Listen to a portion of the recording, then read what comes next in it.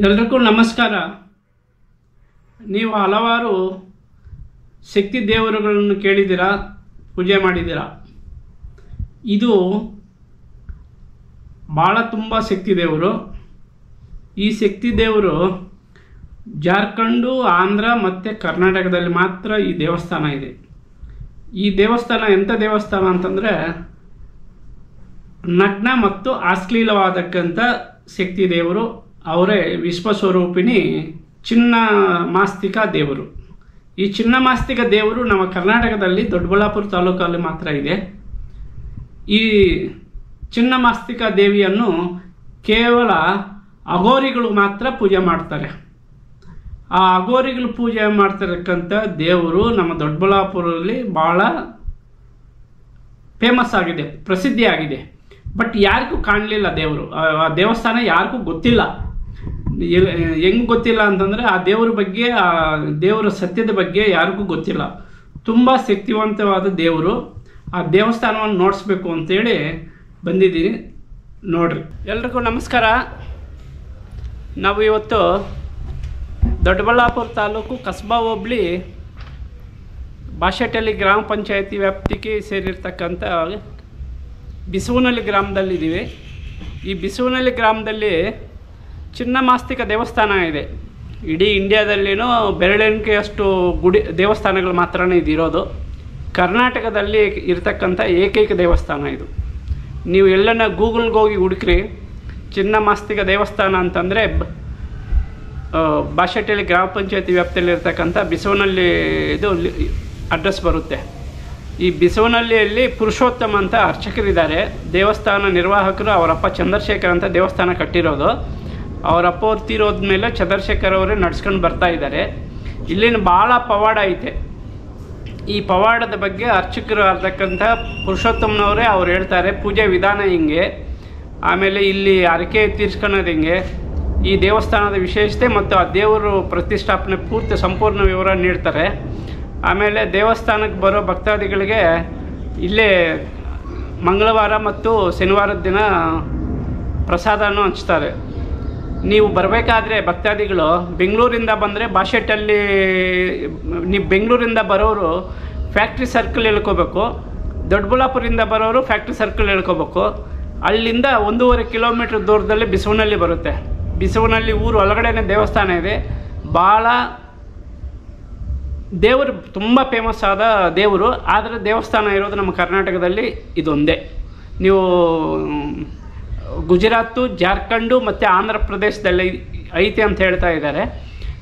ಪೂಜೆ ವಿಧಾನದ್ದು ಮತ್ತು ಚಿನ್ನಮಾಸ್ತಿಕ ದೇವರು ಯಾವ ಥರ ಉದ್ಭವ ಇಲ್ಲಿ ಪ್ರತಿಷ್ಠಾಪನೆ ಮಾಡಿದ್ದಾರೆ ಅನ್ನೋದ್ರ ಬಗ್ಗೆ ಪುರುಷೋತ್ತಮ ಅವರು ಹೇಳ್ತಾರೆ, ನೋಡಿರಿ.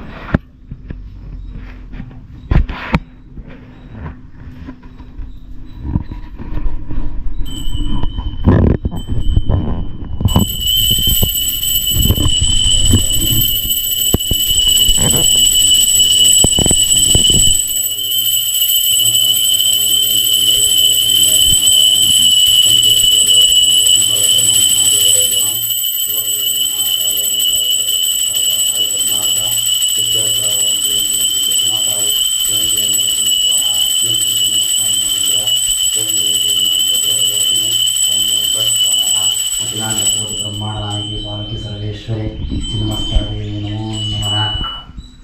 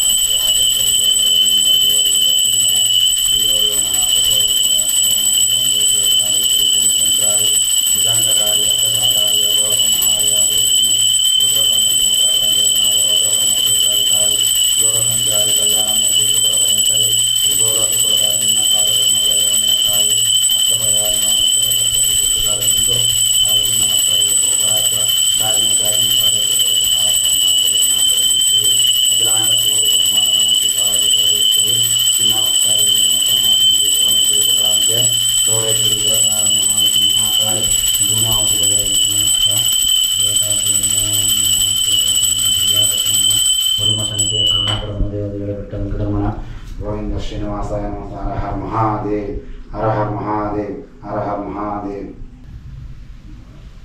ಮಹಾಕಾಳಿ ಸ್ವರೂಪಿಣಿ ಚಿನ್ನಮಸ್ತ ದೇವಿ ಅಮ್ಮನವರು ಕಥೆ ಈ ಥರ ಇದೆ. ಚಿನ್ನಮಸ್ತ ಅಂದರೆ ಭಗವತಿ ಆದಿಶಕ್ತಿ ಸ್ವರೂಪಿಣಿ ಚಿನ್ನಮಸ್ತ, ಮಹಾಕಾಳಿ ಸ್ವರೂಪಿಣಿ ಅಂತ ಕರಿತೀವಿ. ಚಿನ್ನಮಸ್ತ ಅಂದರೆ ತನ್ನ ಶಿರ ಕಟ್ಟು ಮಾಡಿರೋ ದೇವತೆ, ಚಿನ್ನ ಭಿನ್ನ ಆಗಿರೋ ದೇವತೆ ಅಂತ ಹೇಳ್ತೀವಿ ಅದನ್ನು. ಚಿನ್ನ ಅಂದರೆ ಚಿನ್ನ ಭಿನ್ನ ಅಂತ. ಒಂದು ಈ ಕಡೆ ಒಬ್ಬರು ಅಮ್ಮನವ್ರು ಇದ್ದಾರೆ, ಆ ಕಡೆ ಒಬ್ಬರು ಇದ್ದಾರೆ, ಡಾಕಿನಿ ಮತ್ತು ವರ್ಣಿನಿ ಅಂತ. ಸೆಂಟ್ರಲ್ ನಿಂತಿರೋದು ಚಿನ್ನಮಸ್ತ ದೇವಿ. ಇವರು ಒಂದು ಸಲ ಪಾರ್ವತಿ ಅಂಶನಿಂದ ಕ್ಷೀರಸಾಗರಕ್ಕೆ ಅಮ್ಮನವರು ಒಂದು ಜಲಕ್ರೀಡೆಗೆ ಅಂತ ಹೋದಾಗ, ಸ್ನಾನಕ್ಕೆ ಅಂತ ಹೋದಾಗ ಸಂಧ್ಯಾಕಾಲ 4 ಗಂಟೆಯ ಕಾಲದಲ್ಲಿ ಸಂಧ್ಯಾಕಾಲ ಅಂತ ಹೇಳ್ತೀವಿ. ಆ ಕಾಲದಲ್ಲಿ ದೇವಿ ಅವರಿಬ್ಬರು ಸಖಿಯನ್ನು ಕರ್ಕೊಂಡು ಹೋಗ್ತಾರೆ. ಹೋಗಿ ಸ್ನಾನ ಮಾಡಬೇಕಾದಾಗ ಅವರು ತುಂಬ ಅಶ್ವಾಗ್ತದೆ ಅವರಿಬ್ಬರಿಗೂ, ಮತ್ತು ಡಾಕಿನಿ ಶಾಕಿನಿ ಇಬ್ಬರಿಗೂ. ಆದಾಗ ಅಮ್ಮನ ಹತ್ರ ನಮಗೆ ಆಹಾರ ಕೊಡುವಂಥ ಅಮ್ಮನ್ನ ಬಿಡಿಸೋ ಸ್ಟಾರ್ಟ್ ಮಾಡ್ತಾರೆ. ಅಮ್ಮನವರು ಹೋಗಿ ನಿಮಗೆ ಮನೆಗೆ ಹೋದ್ಮೇಲೆ ಆಹಾರ ಪದ್ಧತಿ ಕೊಡ್ತೀನಿ ಅಂತ ಕೇಳಿದಾಗ ಅವರು ಅಷ್ಟಿಗೆ ಸುಮ್ಮನೆ ಆಗಲ್ಲ. ದೇವಿ ಹತ್ರ ಅವರು ನಮ್ಗೆ ತುಂಬ ಅಶ್ವಾಗ್ತಿದೆ ಅಂತ ಕೇಳಿದಾಗ ನಾವು ಅಮ್ಮನ ಹತ್ರ ಯಾವ ಥರ ಕೇಳ್ತೀವೋ ಅದೇ ಥರ ದೇವಿ ಹತ್ರ ಅವರಿಬ್ಬರು ಕೇಳ್ತಾರೆ. ಆಗ ಏನು ಮಾಡ್ತಾರೆ, ದೇವಿ ತನ್ನ ಶಿರನೇ ತಾನೇ ಕತ್ತರಿಸಿ ಅವರಿಬ್ಬರಿಗೂ ರಕ್ತ ಕೊಡ್ತಾರೆ. ಒಂದು ಬಾಯಿಯಲ್ಲಿ 3 ನಾಳ ಹಾಕಿ ಬೀಳ್ತವೆ. ಒಂದು ಬಾಯಿಯಲ್ಲಿ ಬಂದು ಡಾಕಿನಿ ಬಾಯಲ್ಲಿ ಅನ್ನನಾಳ, ಶಾಕಿನಿ ಬಾಯಿಯಲ್ಲಿ ರಕ್ತನಾಳ, ಅಮ್ಮನ ಬಾಯಲ್ಲಿ ಪ್ರಾಣನಾಳ ಅಂತ ಇರ್ತದೆ. ನಮ್ಮ ಜೀವನದಲ್ಲಿ ನಮ್ಮ ಒಂದು ಮಾನವ ಇದರಲ್ಲೂ 3 ನಾಳ ಇದೆ. ಅದು ಬಂದು 3 ನಾಳದಲ್ಲಿ ಒಂದು ಅನ್ನನಾಳ, ಒಂದು ಜೀವನಾಳ, ಒಂದು ರಕ್ತನಾಳ ಅಂತ ಅದನ್ನು ತೋರಿಸ್ತಾ ಇರೋದು ಅದು ನಮ್ಮನವರಲ್ಲಿ. ಆವಾಗ ದೇವಿ ಮತ್ತೆ ಜೀವಂತ ಆಗ್ತಾಳೆ. ಕೆಳಗಡೆ ಸೈಡ್ ಇಬ್ಬರು ರತಿಮನ್ ಮಾತ್ರ ಮಲಗಿದ್ದಾರೆ, ಕಾಮನು ಕಾಮನ ಹೆಂಡತಿ ಅಂತ ಅವರಿಬ್ಬರನ್ನ ತುಳಿದು ನಿಂತಿದ್ದಾರೆ ದೇವತೆ. ಏನಕ್ಕೆ ತುಳಿದು ನಿಂತಿದ್ದಾರೆ ಅಂದರೆ ಅವರು ಕಾಮ ಕ್ರೋಧ ಮದ ಮಸ್ತರನ್ನು ತುಳಿದು ನಿಂತ ದೇವತೆ ಅಂತ ಹೇಳ್ತೀವಿ ನಾವು ಚಿನ್ನಮಸ್ತನ. ಕಾಮದ ಪೀಠ ಇದೆ, ಪೀಠದ ಮೇಲೆ ರತಿಮನ್ಮತ, ರತಿಮನ್ಮತ್ರ ಮೇಲೆ ಚಿನ್ನಮಸ್ತ. ಆ ಕಡೆ ಬಲಗಡೆ ಎಡಗಡೆ ಡಾಕಿನಿ ಶಾಕಿನಿಗಳು. ಅವರಿಬ್ಬರೂ ಒಂದು ನಮ್ಮ ಮನುಷ್ಯನಲ್ಲಿ 2 ಕ್ರೋಧ ಇದೆ. ಅದು ಬಂದು ಒಂದು ಸೌಮ್ಯವಾಗಿರ್ತೀವಿ, ಒಂದು ಸಲ ರೋದ್ರ ಆಗ್ತೀವಿ. ಅದನ್ನು ಕಂಟ್ರೋಲ್ ಮಾಡೋರೆ ಡಾಕಿನಿ ಶಾಕಿನಿಗಳು ಅವರಿಬ್ಬರನ್ನು. ಅದಕ್ಕೋಸ್ಕರ ಅವರಿಬ್ಬರನ್ನ ಆರಾಧನೆ ಮಾಡ್ತೀವಿ. ಚಿನ್ನಮಸ್ತನ ಮೋಕ್ಷಕ್ಕೋಸ್ಕರ ಆರಾಧನೆ ಮಾಡ್ತೀವಿ, ಮತ್ತು ರಾಜ್ಯ ಪ್ರಾಪ್ತಿಗೆ, ಮತ್ತು ಒಂದು ಶತ್ರು ನಿವಾಸನ, ಶತ್ರುಗಳು ನಮಗೆ ಯಾವುದೇ ತೊಂದರೆ ಕೊಟ್ಟರೆ ದೇವಿ ಹತ್ರ ನಾವು ಬಂದಾಗ ದೇವಿ ರಕ್ಷಣೆ ಮಾಡ್ತಾಳೆ ಅಂತ ಒಂದಕ್ಕೆ ದೇವಿನ ಆರಾಧನೆ ಮಾಡ್ತೀವಿ. ಅದೇ ರೀತಿ ಮತ್ತು ಅಪಮೃತ್ಯುಗೆ ದೇವತೆನ ಚಿನ್ನಮಸ್ತನ ಆರಾಧನೆ ಮಾಡೋಂಥದ್ದು ಪದ್ಧತಿ ಇದೆ. ಇವರು ದಶಮಹಾವಿದ್ಯೆ, 10 ಜನ ವಿದ್ಯೆ ಇವರು. ಮಾತಂಗಿ, ಭುವನೇಶ್ವರಿ, ಬಗಳಾಂಬಿಕೆ, ಚೌಡೇಶ್ವರಿ, ಉಗ್ರತಾರ, ಮಹಾಲಕ್ಷ್ಮಿ, ಮಹಾಕಾಳಿ, ಧೂಮಾವತಿ, ಭೈರವಿ, ಚಿನ್ನಮಸ್ತ ಅಂತ ಹೇಳ್ತೀವಿ. ಚಿನ್ನಮಸ್ತ ಒಂದು 6ನೇ ಸ್ಥಾನದಲ್ಲಿದ್ದಾರೆ. ಈ ಜಾಗದ ವಿಶೇಷ ಏನಂದರೆ ನಮ್ಮ ತಂದೆಗೆ ಅಮ್ಮನವರು ತ್ರಿಶೂಲ ರೂಪದಲ್ಲಿ ದರ್ಶನ ಕೊಟ್ಟಿದ್ದು. ತುಂಬ ಕಡು ಬಡತನ ಇತ್ತು ಅವಾಗ. ಒಂದು ಚಿಂತೆಯಲ್ಲಿ ಕೂತಾಗ ನಮ್ಮ ತಂದೆಗೆ ಮಕ್ಕಳ ಸಂತಾನ ಅಂದರೆ ನಮಗೆ ಅಕ್ಕದಿರೋ 5 ಜನ, ನಾವೊಬ್ಬರೇ ಗಂಡು ಮಗ. ಒಂದು ಗಂಡು ಸಂತಾನ ಬೇಕು ಅಂತ ಅಮ್ಮನ ಹತ್ರ ಸಂತಾನಕ್ಕೋಸ್ಕರ ಅವರು ಇದು ಮಾಡಿದಾಗ ದೇವಿ ಹತ್ರ ಅಪೇಕ್ಷೆ ಪಟ್ಟಾಗ ದೇವಿ ಅವರಿಗೆ ಕನಸಲ್ಲಿ ಬಂದು ತ್ರಿಶೂಲ ರೂಪದಲ್ಲಿ ಈ ಥರ ನಾನು ನೆಲೆಗೊಳ್ತೀನಿ, ನಿನ್ನ ಕಷ್ಟಗಳನ್ನ ನಾನು ಪರಿಹಾರ ಹರಿಸ್ತೀನಿ ಅಂತ ಹೇಳಿ ಒಂದು ಸಂತಾನ ಅಂತ ಕೊಟ್ಟರು. ಆವಾಗ ದೇವಿಗೆ ಇಲ್ಲಿ ಸ್ಥಾನ ಅಂತ ಮಾಡಿದ್ದಾಯ್ತು ಅಮ್ಮನಿಗೆ. ಇದೇ ರೀತಿ ಭಕ್ತಾದಿಗಳು ಅಮ್ಮನಿಗೆ ಬಂದು ಏನೇ ಒಂದು ಕೇಳ್ಕೊಂಡ್ರು ಅವರಿಗೆ ಸಂಪೂರ್ಣವಾಗಿ ಅಮ್ಮ ಅನುಗ್ರಹ ಮಾಡ್ತಾಳೆ. ಮತ್ತು ಇನ್ನೊಂದೇನೆಂದರೆ ದೇವಿ ಹತ್ರ ನಾವು ಇಲ್ಲಿ ಅರಕೆ ರೂಪದಲ್ಲಿ ಒಂದು ಬೆಣಸು ಕಲ್ಲನ್ನು ಕಟ್ಟಿಸ್ತೀವಿ ಇಲ್ಲಿ. ಮತ್ತು ಅಮಾವಾಸ್ಯೆಯಲ್ಲಿ ಅಮ್ಮನಿಗೆ ವಿಶೇಷ ಹೋಮ ಇರ್ತದೆ. ಒಂದು ನಿಶಾ ಅಂದರೆ ನೈಟ್ ಟೈಮಲ್ಲಿ ಅಮ್ಮನಿಗೆ ಒಂದು 11 ಗಂಟೆಯಲ್ಲಿ ತಾಂತ್ರಿಕ ಪೂಜೆಗಳಿಂದ ಅಮ್ಮನಿಗೆ ಒಂದು ಹೋಮಗಳು ನಡೆಸೋಂಥದ್ದು ಪದ್ಧತಿ ಇದೆ. ಮತ್ತು ಕಷ್ಟಕ್ಕೋಸ್ಕರವಾಗಿ ಬೇರೆ ಬೇರೆ ತೊಂದರೆಗಳು ವಾಮಾಚಾರ ಮಾಡಿದವರಿಗೆಲ್ಲನೂ ತಡೆ ಅಂತ ಹೊಡಿತೀವಿ ದೇವಸ್ಥಾನದಲ್ಲಿ. ಮತ್ತು ವಿಶೇಷವಾಗಿ ದೇವಿಗೆ ಡಾಕಿನಿ ಶಾಕಿನಿ ಇರೋದಕ್ಕೋಸ್ಕರವಾಗಿ ಅವ್ರಿಗೆ ಬಲಿ ಪ್ರಧಾನಗಳು ದೇವತೆಗಳು ಇಬ್ಬರನ್ನವರು. ಚಿನ್ನಮಸ್ತ ಬಲಿ ಇರಲ್ಲ, ಡಾಕಿನಿ ಶಾಕಿನಿಗೆ ಬಲಿ ಇರ್ತದೆ ಅವ್ರದ್ದು. ಅದು ಬೇರೆ ಬೇರೆ ವಿಧಾನಕ್ಕೋಸ್ಕರ ಹೋಗಿ ಅವ್ರು ಮಾಡ್ಕೊಂಡು ಅವರಿಗೆ ಕಷ್ಟಗಳು ಮತ್ತು ಅವರಿಗೆ ಇಷ್ಟಾರ್ಥಗಳು ನೆರವೇರಿದ ಮೇಲೆ ದೇವಿಗೆ ಅನುಕೂಲ ಮತ್ತು ಮಾಡ್ಕೊಂಡು ಹೋಗ್ತಾಯಿದ್ದಾರೆ ಇಲ್ಲಿ ದೇವಿ ಹತ್ರ. ಇಲ್ಲಿ ಪೂಜೆ ವಿಧಾನ ಯಾವ ಥರ ಅಂದರೆ ಅಮ್ಮನಿಗೆ ಬೆಣಸ್ಕಲ್ಲು ಮತ್ತು ತೆಂಗಿನಕಾಯಿಯನ್ನು ಅಮ್ಮನಿಗೆ ಇಲ್ಲಿ ಕಟ್ಟಿಸ್ತೀವಿ. ಒಂದು ಅಮಾವಾಸ್ಯೆ ಹುಣ್ಣಿಮೆಯಲ್ಲಿ ಕಟ್ಟಿಸಿದ ಕಾಯನ್ನು ಅಮಾವಾಸ್ಯೆಯಲ್ಲಿ ತೆಗೆದುಬಿಟ್ಟು ನೈಟು ಅವರಿಗೆ ಕೆಲಸಗಳಾದಮೇಲೆ ಅದನ್ನು ಹೋಮದ ಕುಂಡದಲ್ಲಿ ಹಾಕ್ತೀವಿ. ಚಿನ್ನಮಸ್ತಾಗಿ ಬಂದು ಹಲವಾರು ಹೆಸರುಗಳಿದೆ. ಒಂದು ಹೆಸರು ಬಂದು ಚಿನ್ನಮಸ್ತ, ಚಿಂತಪೂರ್ಣಿ, ರುಂಡಮಾಲಿನಿ, ವಜ್ರ ವೈರೋಚನಿ ಅಂತ ಹೇಳ್ತೀವಿ. ವಜ್ರ ವೈರೋಚನಿ ಅಂತಂದರೆ ಅಗ್ನಿಗೆ ವಜ್ರ ವೈರೋಚನ ಅಂತ ಹೇಳ್ತೀವಿ ನಾವು. ಆ ಅಗ್ನಿ ಮುಖಾಂತರವಾಗಿ ದೇವಿಗೆ ಏನೇ ಕೊಟ್ಟರು ಸ್ವೀಕಾರ ಮಾಡ್ತೀನಿ ಅಂತ ಅದು ಶಾಸನದಲ್ಲಿದೆ ಅದು. ಹಂಗಾಗಿ ನಾವೇನು ಮಾಡ್ತೀವಿ, ಅಮ್ಮನಿಗೆ ಅಗ್ನಿಯಲ್ಲೇ ಕೊಡೋಕ್ಕೆ ಎಲ್ಲ ನಾವು ಇದು ಮಾಡ್ತಾಯಿದ್ದೀವಿ. ಆ ಅಮಾವಾಸ್ಯೆಯಲ್ಲಿ ಅದನ್ನು ತೆಗೆದು ಕಾಯಿ ಕಟ್ಟಿರೋ ಕಾಯಿನ ತೆಗೆದು ಅವು ಮುತ್ಕೊಂಡು ಹಾಕಿ ದೇವಿಗೆ ಅವರ ಒಂದು ಹೆಸರು ಮತ್ತು ಗೋತ್ರ ಸಮೇತವಾಗಿ ಅಮ್ಮನಿಗೆ ಹೇಳಿ ಅವ್ರ ಇಷ್ಟಾರ್ಥಗಳನ್ನ ನೆರವೇರಿಸ್ತಾರೆ ಅಮ್ಮ. ಅದು ಪದ್ಧತಿಯಲ್ಲಿ ನಡ್ಕೊಂಬರ್ತಾ ಇದೆ ಥರನೇ. ಮತ್ತು ಈ ದೇವಿಗೆ ವಿಶೇಷ ಬಲಿ ಪ್ರದಾನಗಳು ನಡೀತವೆ ಅಮ್ಮನಿಗೆ. ಮತ್ತು ದೇವಿ ಹತ್ರ ಏನೇ ಒಂದು ಕಷ್ಟಗಳು ಏನೇ ಇದ್ರೂ ಎಲ್ಲನೂ ಬಗೆಹರಿಸೋಂಥ ದೇವತೆ ಚಿನ್ನಮಸ್ತ ಆಗಿರ್ತಾರೆ. ದಶಮಹಾವಿದ್ಯೆ ದೇವತೆಗಳಲ್ಲಿ ಚಿನ್ನಮಸ್ತ ದೇವಿನ ಒಂದು ಅಗ್ರಸ್ಥಾನದಲ್ಲಿ ಇಟ್ಟಿದ್ದಾರೆ ಅಮ್ಮನವ್ರನ್ನ. ಮತ್ತು ಇದು ಡಾಕಿನಿ ಶಾಕಿನಿಗಳು ಮತ್ತು ಈ ರತಿ ಮನ್ಮಥ ಇವರೆಲ್ಲ ಏನಕ್ಕೆ ಅಂದರೆ ನಮ್ಮ ಜೀವನದಲ್ಲಿ ಒಂದು ನಡೆಯೋಂಥ ಜೀವನ ಚಕ್ರ ಅಂತ ಹೇಳ್ತೀವಿ ನಾವು. ಆ ಚಕ್ರದ ಹುಟ್ಟು ಮತ್ತು ಸಾವು ಮತ್ತು ನಾವು ಹೆಂಗೆ ಬದುಕ್ತೀವಿ ಬಾಳ್ತೀವಿ ಅನ್ನೋದನ್ನ ತೋರ್ಸೋಕ್ಕೋಸ್ಕರ ಅದು ಒಂದು ಅಮ್ಮಂದು ಮೂರ್ತಿ ಇರೋದು. ಹುಟ್ಟು ಅಮ್ಮನ ಕಾಲ ಕೆಳಗಡೆನೇ ಇರೋದು. ಗಂಡ ಹೆಂಡತಿಯಿಂದ ಸ್ಟಾರ್ಟ್ ಆಗ್ತದೆ ಅಲ್ಲಿ. ಅವ್ರು ನಮಗೆ ಯಾವ ಥರ ನಮಗೆ ಆಸೆ ಆಕಾಂಕ್ಷೆಗಳು ಬರ್ತದಲ್ಲ ಅದೆಲ್ಲ ಮತ್ತು ಡಾಕಿನಿ ಶಾಕಿನಿಗಳದು. ನಮಗೆ ಮೋಕ್ಷಕ್ಕೋಸ್ಕರ ಚಿನ್ನಮಸ್ತನ ಆರಾಧನೆ ಮಾಡ್ತೀವಿ. ಇದು ಸಾಧಕರು ಮತ್ತು ತಾಂತ್ರಿಕರು ದೇವಿನ ಆರಾಧನೆ ಮಾಡ್ತಾರೆ. ಇದು ಬಂದು ಮೂಲತಃ ಬಂದು ಜಾರ್ಖಂಡಲ್ಲಿದೆ ದೇವಸ್ಥಾನ, ಮತ್ತು ಆಂಧ್ರ ಪ್ರದೇಶದಲ್ಲಿದೆ, ತಮಿಳ್ನಾಡಲ್ಲಿದೆ. ಈಗ ನಮ್ಮ ಕರ್ನಾಟಕದಲ್ಲಿ ಫಸ್ಟು ಇದು ಇಲ್ಲ ಆಗಿರೋ ದೇವಸ್ಥಾನ ಇದು. ಹಂಗಾಗಿ ಅಮ್ಮನವರದ್ದು ಕೃಪೆ ಜಾಸ್ತಿ ಎಲ್ಲರ ಮೇಲೂ ಇದೆ. ಎಲ್ಲ ಒಂದು ರಾಜಕೀಯ ರಂಗದಲ್ಲಿ ಇದೆ, ಮತ್ತು ಸಾಮಾನ್ಯ ಜನಗಳಿಗೂ ಅಮ್ಮನ ಅನುಕೂಲ ಇದೆ ಇದೆಲ್ಲನೂ. ಇದು ದಶಮಹಾದೇವತೆಗಳಲ್ಲಿ ಬರೋಂಥ ದೇವತೆ ಚಿನ್ನಮಸ್ತ ದೇವಿ. ಮತ್ತು ಈಗ ಒಂದು 21ನೇ ತಾರೀಕು ಜಯಂತಿ ಬಂದಿದ್ದಲ್ಲ, ನರಸಿಂಹಸ್ವಾಮಿ ಜಯಂತಿ, ಅವತ್ತೇ ಚಿನ್ನಮಸ್ತಕ ದೇವಿ ಜಯಂತಿ ಅಂತ ಅವತ್ತೇ ಮಾಡ್ತೀವಿ. ದೇವಿ ಈ ರೂಪ ತಾಳ್ತಾಳಲ್ಲ, ಅದು ಅವತ್ತು ದಿವಸ ತಾಳಿದ್ರಂತ. ಅದು ಬಂದು ವೈಶಾಖ ಪಕ್ಷ ಕೃಷ್ಣ ಇದರಲ್ಲಿ ಅಮ್ಮನವರು ಒಂದು ಜನ್ಮಾಷ್ಟಮಿ ಇದೆ ಅಮ್ಮಂದು. ಯಾವಾಗಲೂ ಮೇ ತಿಂಗಳಲ್ಲೇ ಬರೋಂಥ ಜನ್ಮಾಷ್ಟಮಿ. ಒಂದು 23ನೇ ತಾರೀಕು ಪೌರ್ಣಮಿಯಿಂದ ಒಂದು ಅಮ್ಮನಿಗೆ ಬರ್ತದೆ ಅದು.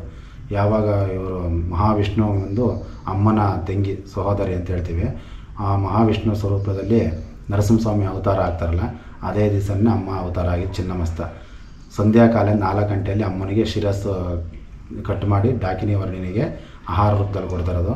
ಅಲ್ಲಿಗೆ ಏನು ಅರ್ಥ ಅಂತಂದರೆ ಅವರಿಬ್ಬರು ಹೇಳೋದು, ನಾನು ತಾಯಿ ಆದವಳು ಏನು ಬೇಕಾದ್ರೂ ಕೊಡೋ ಅಂಥದ್ದು ಮಕ್ಕಳಿಗೆ ನಾನು ಒಂದು ಸೂಚನೆ ಕೊಡ್ತಾ ಇರೋದು. ಮತ್ತು ಬೇರೆ ಇನ್ನೇನು ಅಮ್ಮನಲ್ಲಿ ಇದಿಲ್ಲ, ಆ ವಾಮಾಚಾರ ಅಂತ ಇಂಥ ಮಾಡೋದು ಮಟ್ಟೋದು ಅಂಥವೆಲ್ಲ ಏನಿರಲ್ಲ.